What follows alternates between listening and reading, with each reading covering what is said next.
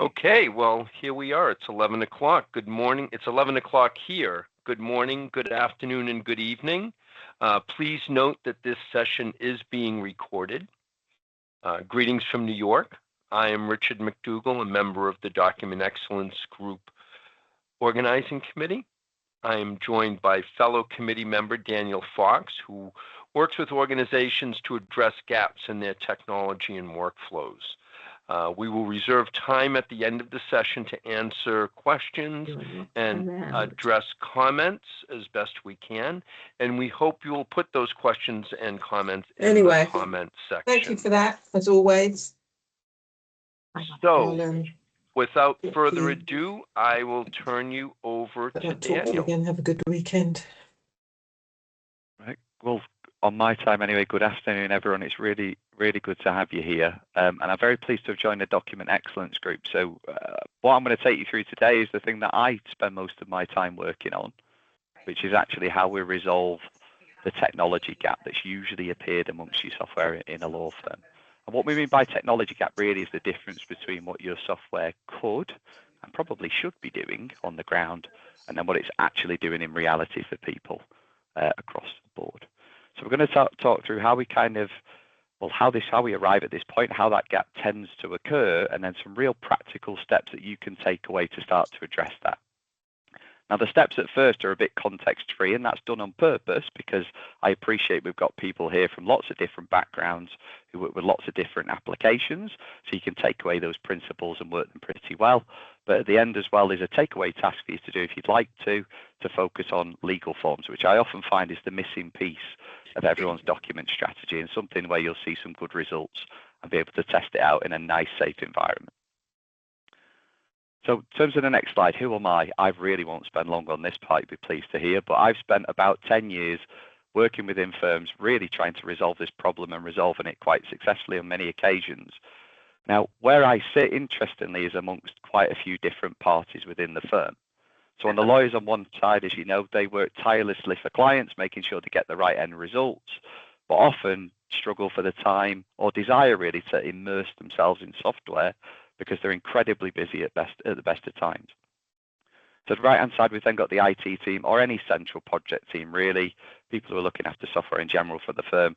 And again, they naturally have to focus on making sure that software is up to date, maintained, secured, and that we've got the best applications for our business. And then finally, last but not least, the software providers, they're working tirelessly all the time to create new modules, new upgrades, and so on and so forth, that they hope will really benefit the customers and actually delight them over time. So it's quite interesting that you've got three parties who all work really, really hard, and yet this gap emerges over time. And I'm going to suggest actually that a lot of it comes down to a lack of effective communication, and that's something we're going to fix and the way we're going to cure our technology gap. Now, this is born out of about 10 years experience working on a whole manner of applications and in a whole manner of departments. So these steps should hopefully apply to anything you're thinking of and projects that you're thinking about running. Now, in terms of the firms I work with as well, they all share some characteristics. First of all, in a broad sense, they're always trying to better understand the balance between billable time and administrative time in one or more departments. They've usually already invested quite a lot of money into software historically and actually run pretty good processes across the business. It's more a case that they want to make a few steps forward on that journey. Now, the reason that they kind of identify that or think that they need to do something about it is usually either from a business performance perspective, they're just not seeing steady changes. They're not seeing efficiencies grow year on year on year, as you would expect if you keep investing in software. Or sometimes counter to that, they've heard enough anecdotal feedback from staff that they just don't like the systems they're using or that they're having difficulties somewhere along the way. Now, what's interesting is all of these parties do want to know what the other one thinks, needs, and so on and so forth. But I think time often gets in the way in some degree. And we fall into a position where a lot of lawyers say things to me like, we kind of know how to get our work through the system, or we know how to work around those things that are a bit painful. And actually, that's not where we should be. The promise of all software is actually it should give us a lot of time back. If we're investing an hour as a user, we would hope to get 3-4 hours back in terms of efficiencies. That's kind of the point, really, isn't it? So if we're falling into a position where people aren't feeling that, Oh, wow. it also means they're often giving up weekends, evenings, bits of annual leave that they really shouldn't along the way. I've got my bench. So Awesome. really importantly, how do adoption problems or how does this technology gap appear over time? Now, for me and in my experience, there's 4 key reasons for this. I'm going to explore them all very quickly. The first is training, whether that's internal or external. There are certain characteristics around software training that almost build in a technology gap to begin with, and we need to think about that. The second is configuration and how well the application has been made to fit and feel with the department and the group who are expected to use it. The third is integration, and I must admit, frustratingly, I still think this is one of the biggest political footballs that's kicked around the industry. But in reality, it's actually quite easy to resolve because you've got 2 great suppliers who want the best outcome for you. And we're going to look at that in a bit more detail too. But probably the main one, and the one that can also help to identify and cure most of these issues, is whether or not we have buy-in from the people we are expecting to use this software over time. So if we go to training first, we have to admit across the legal industry, there is a lot of legal software that, despite being really functionally rich and actually used in a lot of firms, is not the most intuitive thing to work with. And I think alongside that as well, even where functionality is very available, there's icons, there's buttons and things like that, they're often not labeled in a way that's that meaningful to a user at the end of it. So it might have more of a technical label than something that actually means something to somebody working in a particular discipline or something like that. And that's something that we really need to kind of look at and reflect on a little bit. I think as well, there's also quite low expectations sometimes around what software could and should be doing for us. I do find it amazing how much people are prepared to put up with in terms of bad software experiences before they will actually go and vocalize that to anybody. They'll just kind of work through and press on. And I think some of that, if I'm being honest, is we all adopt a bit of a professional posture in work. We maybe don't want to be seen as having too many problems and maybe want to be seen like we're coping with everything. But therein, that lies a bit of a challenge too. So the natural response to that, if we have people who are struggling with software, or if we have software where we don't believe people are using any of the key tools, is to throw a lot of training at it. And to be honest, I understand that as an instinct. It makes complete sense. Why wouldn't we show everybody every single feature and function that we've got that could help them? But on screen is a classic learning pyramid, which I'm sure you've all seen some kind of variation of. But what this basically details is starting at the top, certain passive learning methods, and then towards the bottom, active learning methods.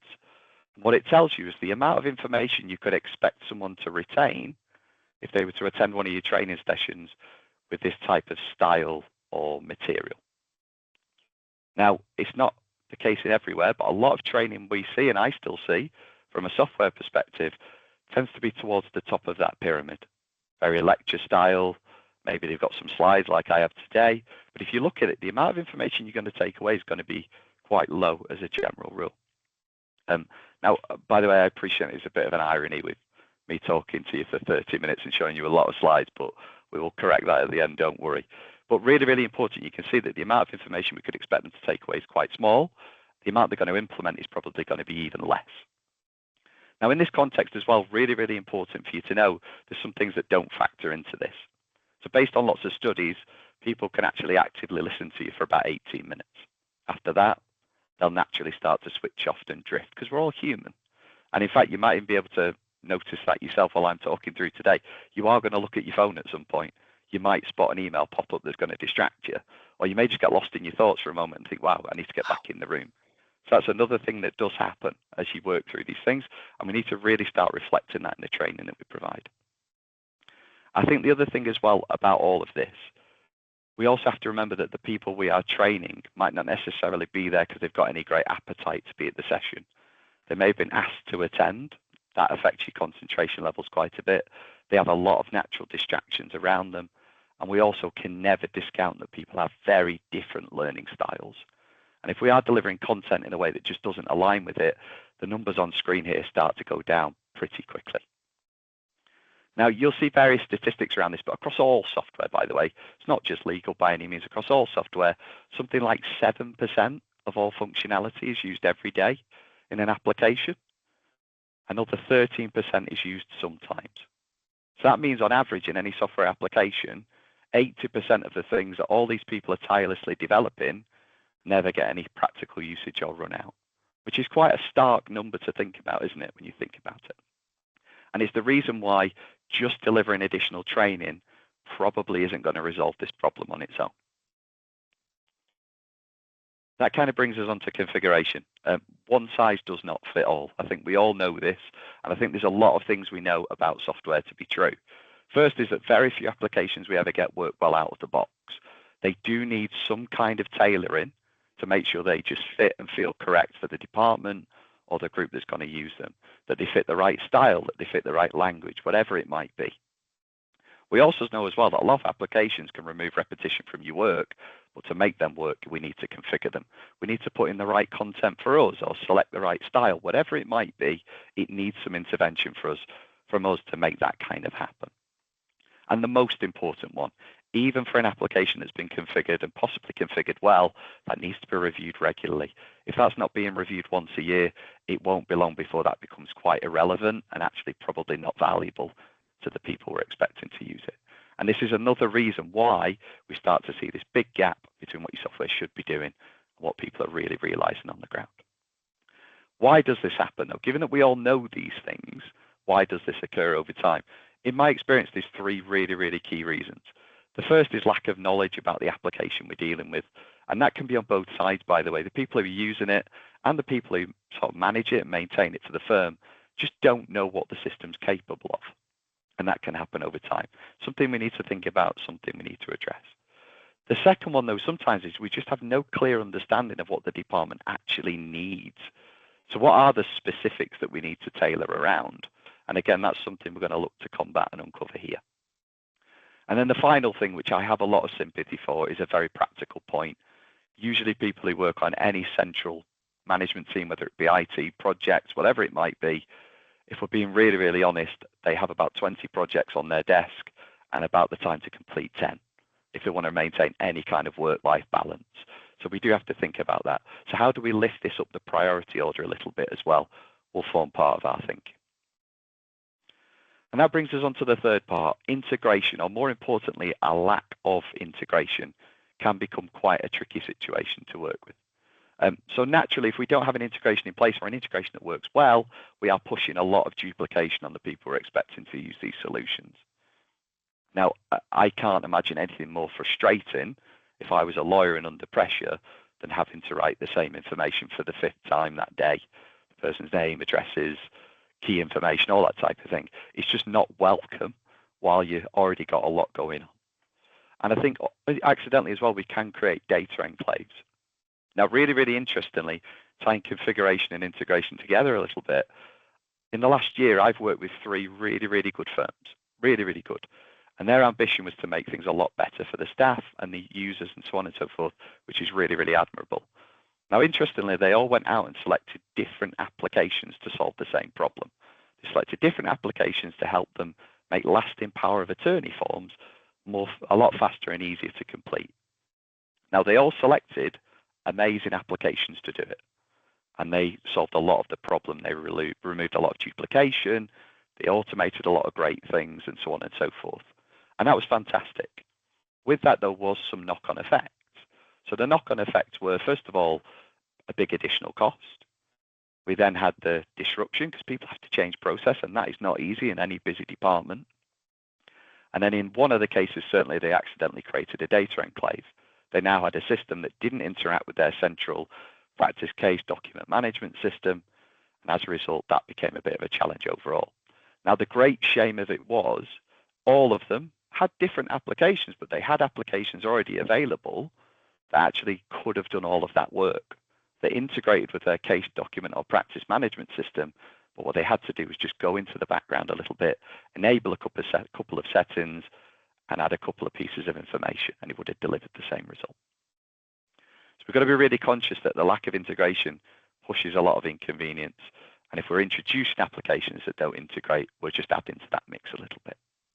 So without an integration as well, we are relying on people to do a lot regularly and well, which also won't happen. We're expecting people to move documents and data between systems really methodically. Now, again, people will endeavor to do that as best they can, but they're in a busy department. If the phone goes, if a client walks in, something like that, we're all human and they may just forget something along the way as they're working. Equally as well, while they're doing that, they're probably not going to be able to observe, document naming conventions, things like that. And you might find that your history and matters and so on and so forth starts to become quite complicated. But more importantly, what it does is we're giving someone a really poor user experience that they've got to deal with day after day after day. And it doesn't take too long before either people start finding quicker ways around things, or in a lot of cases, return to their old way of working because this is just proving too difficult for them. So how do we go about resolving it and uncovering where these challenges lie as well? Well, all of it really sits around, for me, creating buy-in with the people we expect to use it and then building up from there. So how do we fix that? That's the kind of real big question here. You need to start hearing what the users are talking about over a coffee, or what they're talking about when they're having lunch, or what they're talking about to the people around them in the office when they're really under pressure and the software is just not helping. It's creating problems, it's creating blockers and things like that. And the way to do that is actually slightly counterintuitive. What you need to do is take all of your traditional software conversations and actually just place them outside of the room for a bit. You've got to remember a lawyer's role, like we said, is to look after clients, deliver the best result for clients, but probably not to immerse themselves in technology. So what we need to do is translate what they need into very simple and actionable tools within the software itself. Now, you've already got a lot of software at your disposal, capable of a lot of things. So we need to try and match that up with the 80% of functionality that we're not currently using or likely not currently using. So there's some initial steps on screen here, and these are really tried and tested. I've worked through these stages with individual departments, on processes that run across the entire firm, with individual departments where they've got a large software stack and we're doing a really broad thing. It works time and time again. Now, I appreciate we've actually got some software suppliers on the call. This is a bit of a firm-centric view of it, but actually you can see how you could apply this to your customer success interactions, training interactions, and so on and so forth, with a bit of pre-work or a bit of slightly different conversations along the way. So before we go to the users to try and fix all of their problems, the first thing we need to always do is just speak to the senior person or the person responsible for that particular group or department or the business as a whole. The reason is it just helps us to frame the project a little bit. So by speaking to them, you might actually uncover some information that the users may never have been privy to, and that could be really, really valuable. It wouldn't necessarily change what we're going to do, but it might change some of the interventions we make later on. So as an example, if you went to speak to the directors because we're looking at the way we want to improve the case management system, they may let you know that actually that's under review in the next 24 months.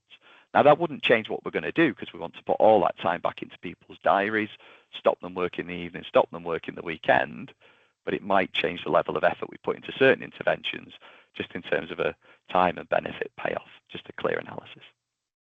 What it also does, though, in terms of making sure this is a project that's a priority, we can understand a measurement of success from the directors. What is the broad business goal they're trying to achieve this year?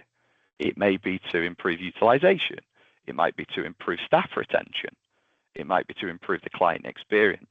What it gives us is a measurement of success that we can, again, communicate back to about that. In terms of the users themselves and measurement of success for them, that's always a little bit easier. So what we want to do before we speak to anyone is establish a very loose criteria just to help guide the conversation where we need to. What we want to do is set a nice, informal, fluid conversation, but in doing that, sometimes people can get a bit off track very, very quickly. Start talking about HR policies or something else that's not really pertinent to what we want to discuss. So you just need a couple of really safe stepping stones you can bring the conversation back to. Now, don't worry if you don't know everything about all of the applications you're going to potentially work with or try and improve the usage of. You actually don't need to. If you take a particular system, you can expect the 3 or 4 things that someone probably should be doing through a system like that, and they can be your stepping stones. So when I visit firms, sometimes they've got a really obscure application that I've never seen, but I understand what the purpose of it is, so I can ask those loose questions. So if I encountered a practice management system I'd never encountered before, I can ask questions around that. If I encountered a case management system, I know that my safe questions might be around file opening, how they produce letters, what's time recording like, just something we can bring them back to if we need to.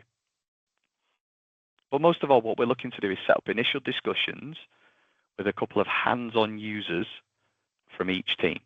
And I use that term purposefully. Sort of heads of department, partners, even a lot of the fee earners are fantastic, but they're often insulated from the real challenges that people have with the software. Usually there's a group of people who spend more of their time with the software and actually make things happen despite great difficulty. They just keep that to themselves a little bit. They're the people we want to speak to because that's where all of the rich information sits. Now, really importantly, make sure they're always departmental focused discussions. You get better and more rich information. If you get people from different departments together, that naturally starts to dilute things a little bit. And for me, there's a bit of a sweet spot here in terms of what you invite people to. 45 minutes has always seemed to be about right when I've run these projects. 30 minutes is never enough to cover what you want to. And an hour always feels like too much for people to commit to, interestingly. There must be some psychology behind that, but 45 minutes is a good time to put in. And what we want to do from there is make it really easy for them to attend. And what do I mean by that? They don't need to prepare anything in advance. They just need to come along to have a conversation about how they're finding things with processing software at the moment. Now, if you can do this in a more informal setting, that's always best. But if not, stress to them that it is an informal conversation. It is literally to see how they're getting on.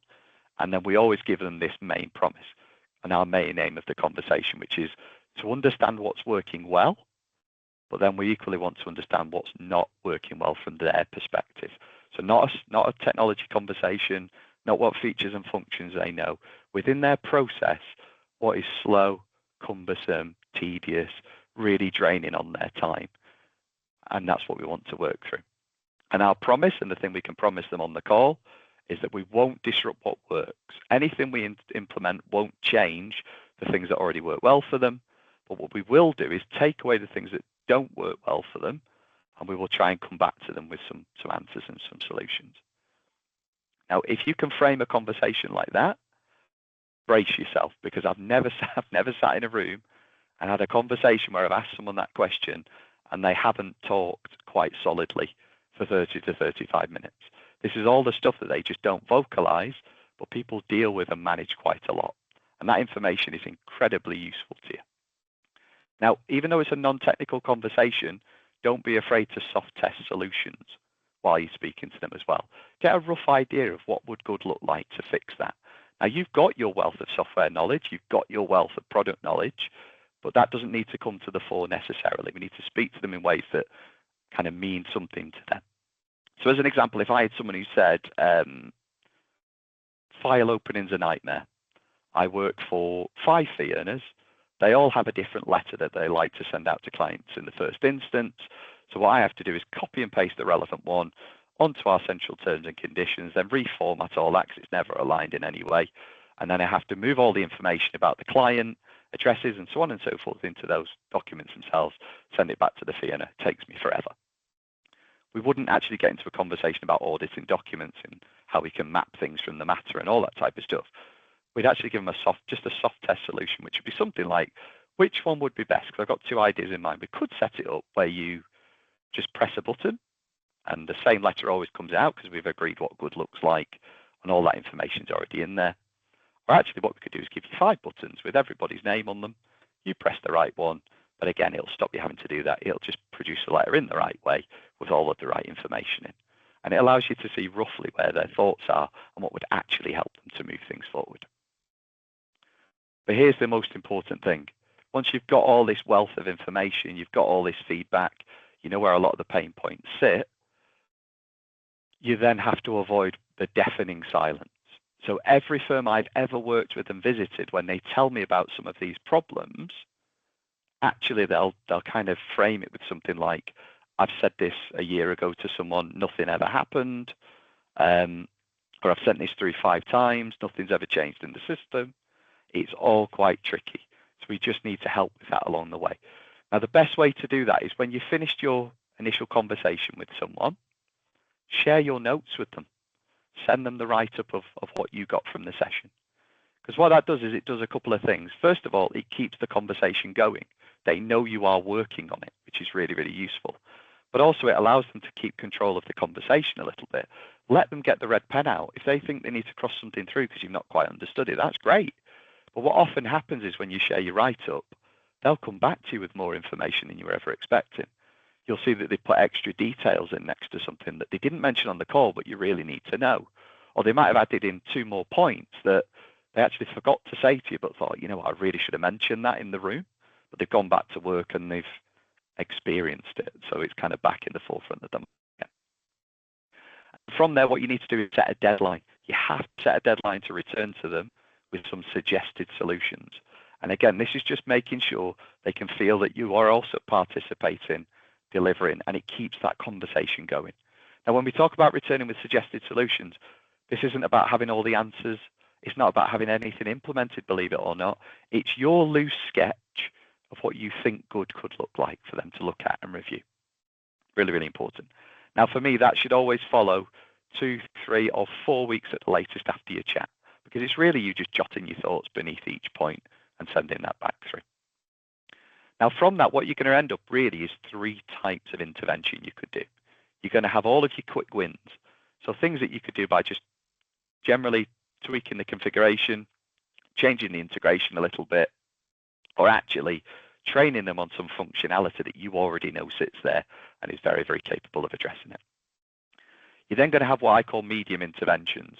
That's where both me and them need to invest a bit more time before we can actually build out the thing that they require. So it might take a few weeks or a few months to deal with. And then we have very much long-term interventions. That's where we're going to need really significant development work internally or something very significant from the supplier. Now, your job, by the way, is not to address all of the problems that were raised in the room. But what you want to do is agree with them that you're going to address the quick wins first, and then we can start to build out.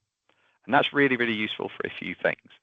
First of all, promising that you're not going to disappear for 6 months before they hear from you again helps to maintain that trust and helps to maintain their engagement in the process. But also, we are all really, really human. If someone tells you their problems and you listen and understand and actually come back with some solutions pretty quickly and pretty reliably, even if it's only 30% of what they told you about, they will absolutely speak to you again. So what it does is it makes that conversation far more organic, but it also means we've got great buy-in when it comes to the medium-term interventions, and we actually need a bit more from them in terms of a time commitment. And remember, a lot of those quick wins, whilst they'll seem like quick wins to us, will be having dramatic impacts on their daily working life. So they'll still be incredibly useful. What we need to remember, though, and this is just thinking back to learning styles and making sure gaps don't appear, this then means that you have to train in the appropriate style. So we need to train on any changes that we've made or any functionality that we think we need to bring to their attention to resolve the things that we've discussed. But you've got to remember that training needs to be quite short. If the average attention span is about 18 minutes, we're looking for short, sharp training sessions. Now, you've got a couple of things in your favor. First of all, it's a training session that's going to solve maybe 4 or 5 things that they raised with you as really difficult pain points. So people are going to be very keen to get to those sessions, believe me. So it helps in that regard in terms of engagement. But as long you still need to still need to keep it relatively short and completely in context of the team as well. So if they've got a problem with, I'm just picking any products out of the sky here, by the way, if they've got a problem with their bundle docs, but they use it with a case management system, there's no point training them in bundle docs as a standalone. We need to show them the combined system because that's where they work and that's where they operate.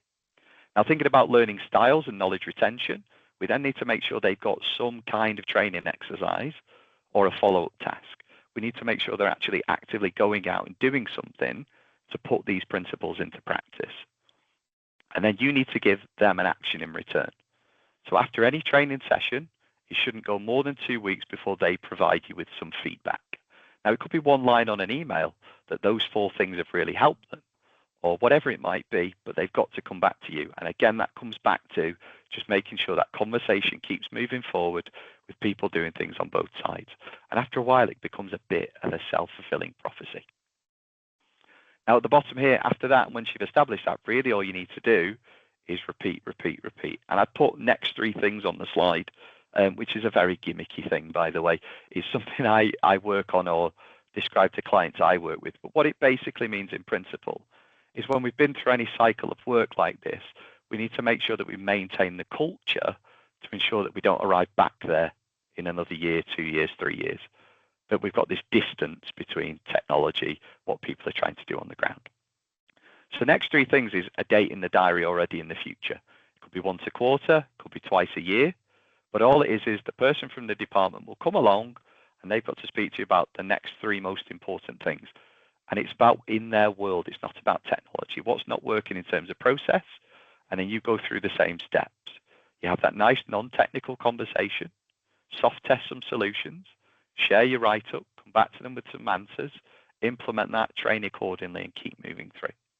And what you can do across a firm, a product, a department, whatever it might be, is take people from not particularly liking software to exploring how they can fully adopt all of the great functionality. And when you've gone through the cycle for long enough, actually they're starting to tell you what's important for the next year.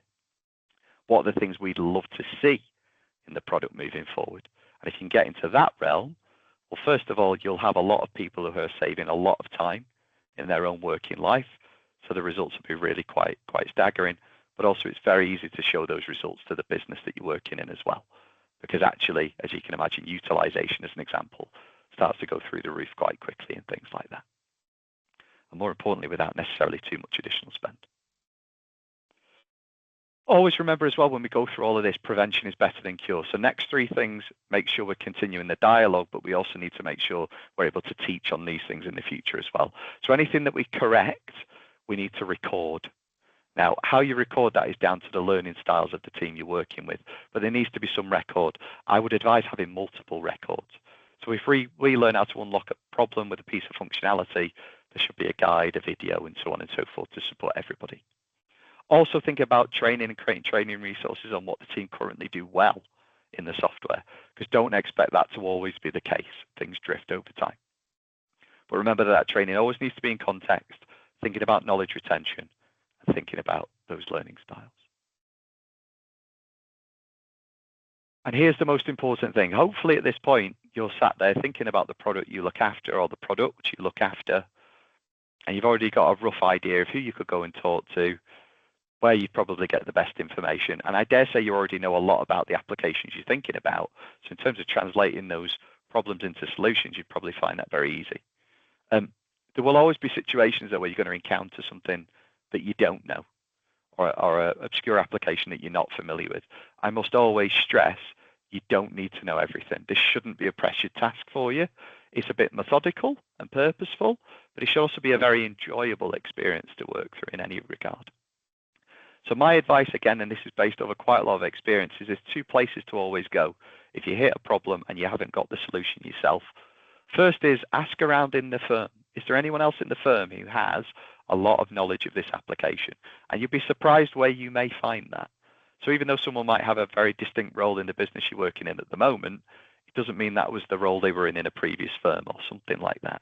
And you'd be really surprised what you can uncover. But the second is your software suppliers. I must admit, account management is becoming a bit of a lost art sometimes, and we don't probably get as many visits and floor walks and things as we used to experience from them. I think COVID's probably the reason for that. But never forget that every single one of your software suppliers is populated with sort of very knowledgeable, very helpful, very enthusiastic people who develop software day in, day out, and they do it for the sole purpose to create things that will delight customers and hopefully mean that customer becomes a big advocate for their particular application and the team who support it. So they may struggle if you just said, we need to get more from this because we're back in the broad training scenario. But I promise you, if you contact a software provider with 4 precise challenges you're trying to resolve in that level of detail, not only will they probably know how to fix it really, really quickly, they'll be very happy to help with it. And anything that can't be fixed, well, that's great news because that's how we can start discussing roadmaps and making really good development requests to those suppliers too. So really in the specifics. Now we've been through the principles. I want to give you something that's more in our world a little bit here, which is a short project that I would invite you to run around legal forms and legal form software very specifically. So for me, this is the gap I always find in every document strategy. It's the thing that people really struggle with and deal with on the ground. And actually, it's a really nice, safe space to actually try out some of these principles themselves. So very similar. How do we get here? How do we get to a point where people are completing thousands, if not hundreds of thousands of forms every year, but they're using a fraction of what the software is capable of? Well, it's the same thing. There's really low expectations in the industry around what legal form software could actually do for them. So something I often hear is a form is a form. We complete it. What else are we supposed to do with it? And I can kind of understand that to some degree. But if you see, we've got people like Form Evo, Smart Forms, Practical Law. There's a lot of people who provide forms content. And indeed, there's far more than is listed on the screen there. Most of them have been in existence for years. They're constantly improving functionality, constantly improving user interfaces, building modules, all these things. Well, that's kind of counter to the fact that a form's just a form. There's obviously more that we can do there. But the reality is, like most software, you can't realize any of that full capability without some kind of dedicated project.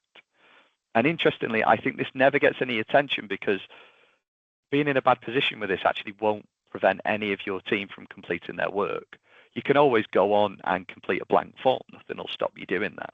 But what it does is it builds in a lot of administration time unnecessarily, creates a lack of consistency across the forms we're creating and exporting, which is in contravention to everything we try and do around standardizing documents.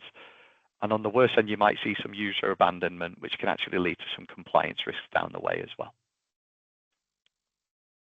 So what are legal form software capable of? I appreciate many of you won't spend most of your evenings knowing about this software as much as I do. It is a bit of a niche area, but I just put on screen a fraction of the things that you could do with one of those applications. And as you can see, it's far more than a form is a form. Now, this is all in technical language, but it's just to get across. You've got facilities to drive auto text, build clause banks. You can maintain mandatory house styles within legal form software, which a lot of people don't explore, which would be very close to all of our hearts. You can convert forms into electronic questionnaires to send to clients. Things like that you wouldn't necessarily expect if you were to just look up the application straight away. Now, compare that to how I find this software is typically used on the ground. So at best, this is usually where we sit with a lot of it. So the legal form software is sometimes integrated with the firm's practice case document management system. But again, back to the configuration point, that's a bit of a mixed bag. In some cases, I'll visit them and the integration exists, but it's so out of date, no one actually uses it anymore. They completely circumvent it. In general, users are pretty good at actually searching through the forms library. They're always presented with thousands of possible templates to use, and actually they're very good at navigating the way through. The only thing that's interesting, though, is they all carry a facility that means you don't have to do that every time you access the software, whether that's creating custom libraries, shortcuts, whatever it might be. It means you actually shouldn't be spending that time, but as a practical rule, people are really good at that. And I find that users are actually very good at using a lot of the automated features. So some things in a lot of these applications just happens. So whether that's text fields expanding, financial calculations completing themselves, all those types of things, again, people take great advantage of that. But what's interesting is where that tool's not available, or they have a similar challenge. So maybe they need to compare some finance information, or they need to manipulate a document in a different way. They usually go through some really extensive administration tasks when usually there's a one-click solution in the software. They just don't know it's there, don't know how to apply it. And then finally, users don't struggle at exporting these documents and getting them in the hands of clients, government agencies, and so on and so forth. But a sharp comparison to the amount of available tools that are there. So why does this happen? Well, again, it's a broadly similar story. Now, I must admit, all of the providers in this space are really, really good. I know a lot of them. They work really, really hard. They're incredibly passionate about this area. And they also provide a load of great resources. There's user guides, there's videos, they have customer success teams, they have account managers, all of that. But it boils down ultimately to the same problem. firms usually don't know enough about how people are actually just completing forms as a general process. So they've not gone away to ask people what's working well and what's not working well, and to try and translate that out for them a little bit. If you pair that with low expectations around what's possible, lawyers are actually prepared to put up with quite a lot of manual work in this particular area. Admin is admin type of thing, but that shouldn't be the case. And then for those who have tried to look around, it can be quite difficult for lawyers to match the functionality that they can be presented with the specific challenges that they've got in their working processes. And again, if we can step in with that translation for them, before you know it, we can radically change what's going on in the department or departments. So how do you know if it's worth carrying out this project yourself? For me, there are a few things that really indicate that this is probably worth some attention within your firm. So first, if your firm has one or more of those form subscriptions, understanding why is usually a really good place to start. They all present you with broadly similar content. And as a result, there's not too many reasons you should be carrying multiple subscriptions. So it's a good indicator. The next is if nobody in the firm can actually name 3 key reasons why they can't survive without that piece of software. So if they can't tell you what the thing is that they just cannot live without, it suggests that they're just putting their work through it, as we said, rather than getting any great benefit from the system. From yourselves as well, you can think about when's the last time a legal forms project ever took place. And if you can't name that, with the caveat, if it's selecting a new product because you had to move or renewing it, that doesn't count.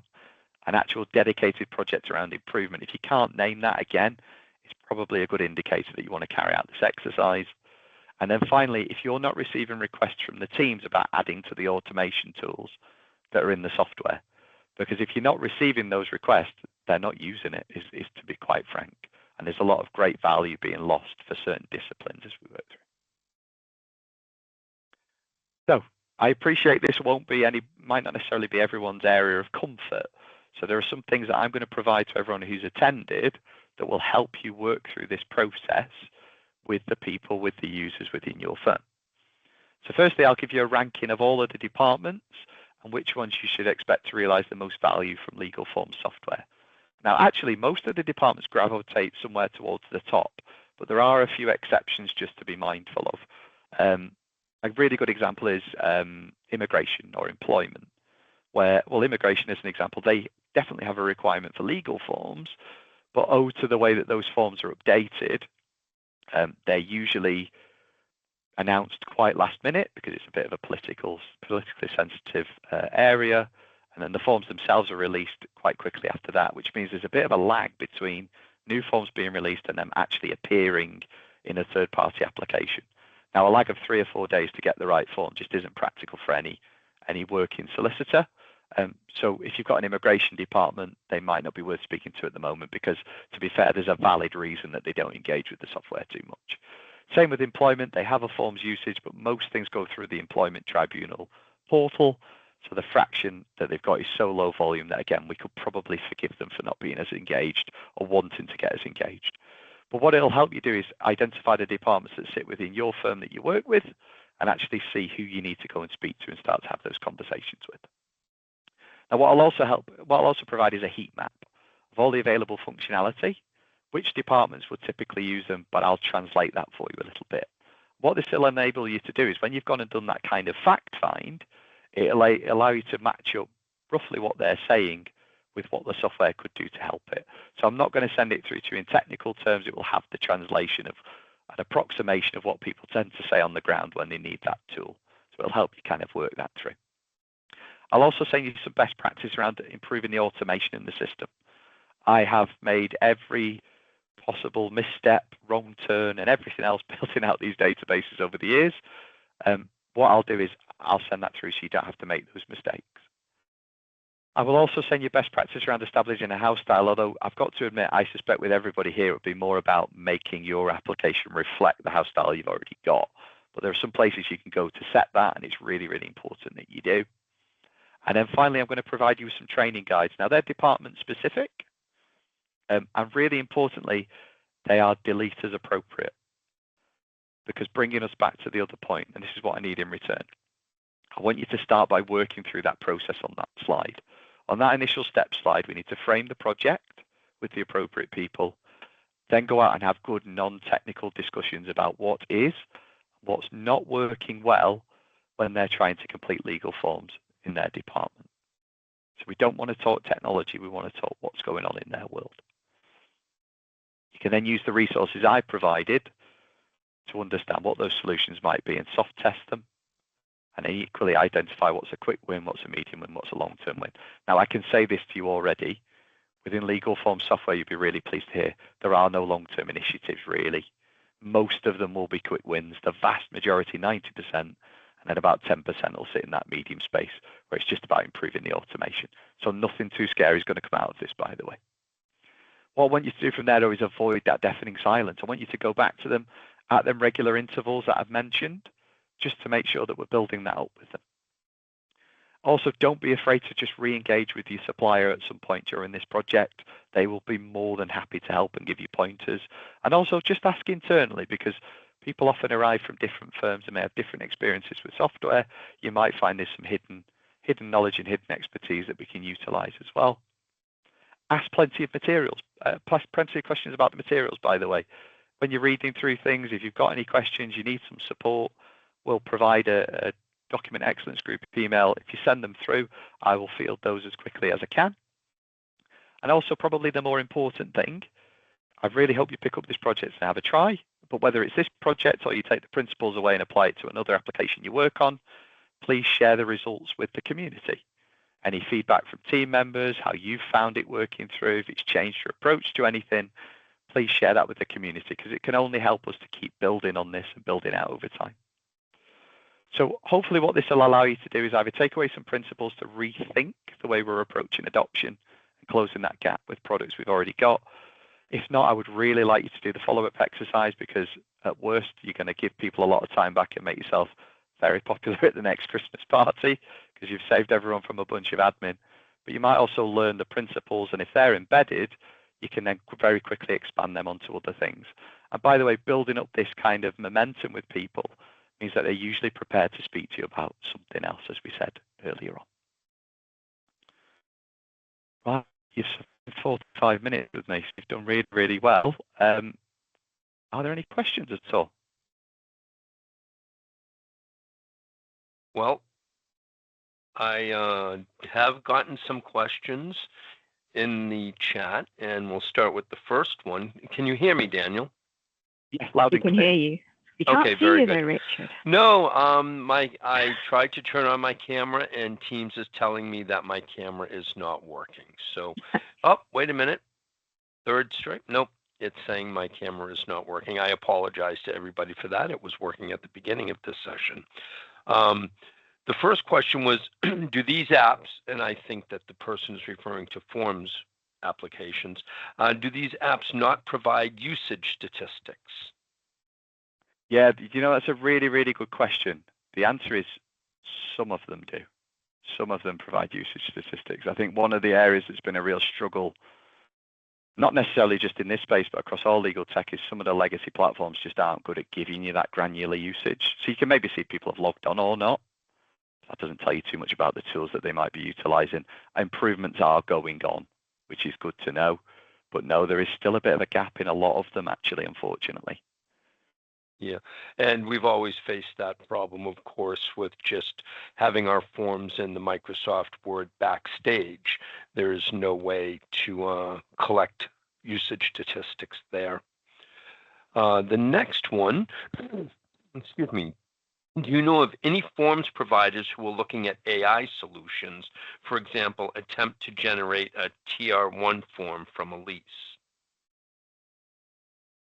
That's a really, really good question. I can reliably tell you that they are all exploring AI, but I don't think they've got to the point of applying it to the forms necessarily yet. It's not to say they aren't looking at concepts. I tend to find most of the AI that's being deployed is more of a company-wide thing. So if you take a provider of a form subscription, they may also supply other broader systems around that. A lot of people seem to be deploying AI to make sense of case documents and things like that at the moment. There's ambitions to get there, but not quite yet. What I would say, though, on that particular point, when it comes to TR1s and transfers, if you run through this process and actually look at some of the resources I'm going to provide, you'll have a lot of tools in there where you can automate a great deal of that. So it's not AI driven. It's still not completely hands off in that initial draft, but you can avoid that really sort of lengthy process of completing it yourself. That makes total sense. Thank you. How do you structure training to get folks from the top of the pyramid to the bottom? I don't know if you can display the pyramid again. Oh, yes. So for me, and sorry, there's a lot to go through here, and I will share the slides with you. The best way to bring people towards the bottom is to actually train against problems that we know that they've got, and it kind of returns to the same point. Training will be effective to some degree, to a small degree, if you bring people into a room and show them everything that's possible, but you're relying on quite a lot to go right, and they're not going to retain a lot of it. That's why if you can have even just an initial call before training to understand what people are struggling with, then all of a sudden you can create content that is absolutely driven at what they are interested in. That becomes a lot more effective in terms of what they take on board, because actually they can quickly see how that applies. Following that, though, if you can, and it depends on what kind of setup you've got, if you can get them doing follow-up exercises partway through the training, as in we train a skill and we try a skill, that works really, really well. If not, though, you've got to send some kind of follow-up exercise afterwards with a deadline. Because once people leave the session and go and complete that relatively quickly, it really helps to cement that information a lot better. Sounds good. How do I make the scheduling more appealing to remote users? Yeah, so this is where I find it can be a bit tricky. I think with in a lot of firms and a lot of organizations now, we will work with people or have interactions with people who we may not necessarily have met in person. And as a result, they don't necessarily know who you are when you approach them for a conversation. What I would do is make sure you really try and frame this well. So first of all, you want to contact them and let them know it is a completely informal session. That's the biggest thing to stress in anything like that. And again, tell them that broad purpose, what we're trying to do, which is to understand what's working well so we can keep it as it is. But what we want to do is try and lift up some of the things that are not working well for them and help to improve them. That's something that's really easy to attend. However, I often find that an anonymous email might not land necessarily.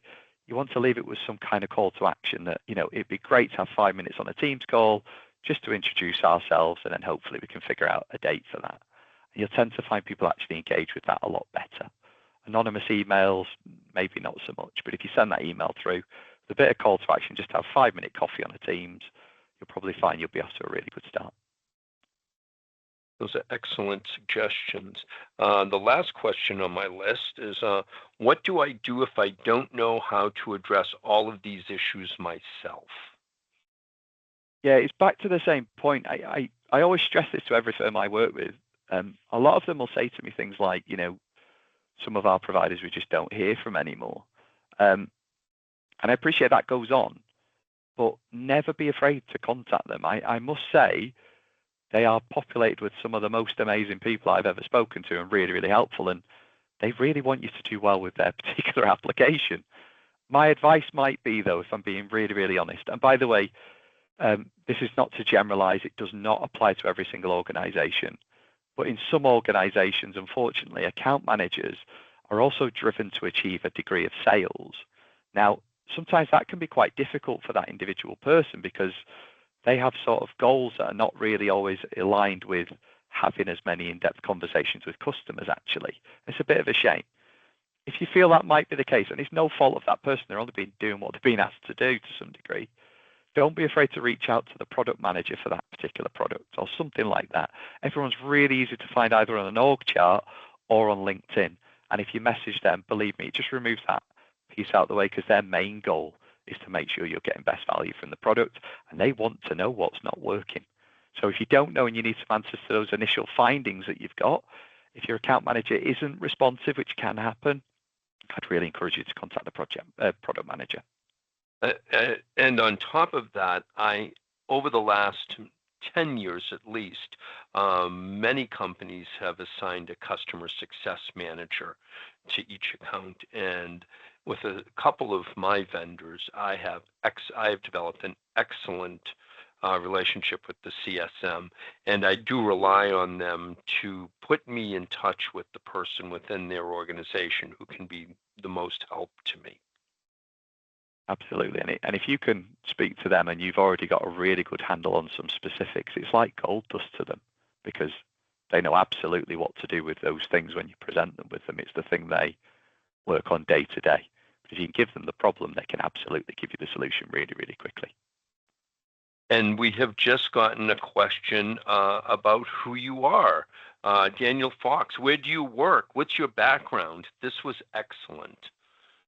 Oh, yeah, sorry. I'd really never like to bore people with my background too much, but I graduated in law and then joined some quite large legal tech companies. And then a number of years ago, moved out on my own to be a consultant. And part of the reason was, if I'm being honest, I noticed that even when I was working in tech companies, this problem existed. So from a product perspective, product managers were always pushing their team to go out and visit clients so we can understand more. We need to know more, what's going on, why things not being used, and so on and so forth. We'd deliver training, but we wouldn't necessarily always get things back that we'd expect, that massive uptick in change or usage or whatever it might be. And I realized after spending a bit of time there was a kind of reason for it, which is it was just that translation piece. Now, I appreciate it's quite difficult sometimes to find someone who's got a foot in both camps to some degree, but it's always easy to kind of find the problems and then reach out for the technical solutions or vice versa if you need to. But that's how I've spent my time. And I want to just reiterate that Daniel has joined the Document Excellence Group Organizing Committee. So for the next 2 years, you can find him here at the Document Excellence Group. And I'm looking forward to working with Daniel as the year goes on for our annual Document Excellence Day that will take place in October. We're very excited that Daniel has joined us and is bringing his expertise to our tables. There have not been any new questions put in. We do have 3 minutes. If somebody wants to unmute and ask a question or type a question into the chat, we could spend a few more minutes on that. And as we get to the top of the hour, I want to thank Daniel for joining us today. I found this very informative.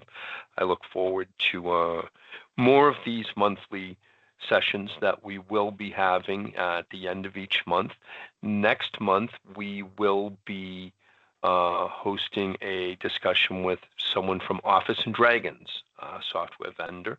So I hope you will all pay attention to your email and to our LinkedIn account and join us for next month and the months ahead. So with that, thank you, Daniel. We can bid everyone adieu. No, thanks for your time, everyone. Have a great evening, and hopefully speak to you all soon.